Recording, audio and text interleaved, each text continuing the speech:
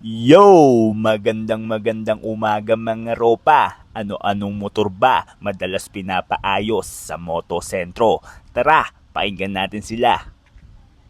Sir, ano yung motor yung ginagawa nyo? Honda Click po. Sir, ano yung ginagawa nyo motor? NMAX B1. Sir, anong motor yung ginagawa nyo?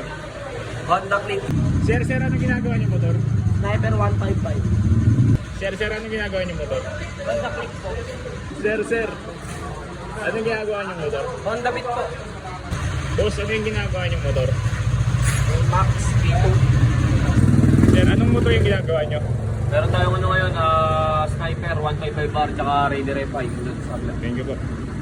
Kahit anong motor pa yan mga ropa, dalhin mo lang yan dito sa Moto Sentro Taguig. Moto Sentro Taguig. Moto Sentro Taguig.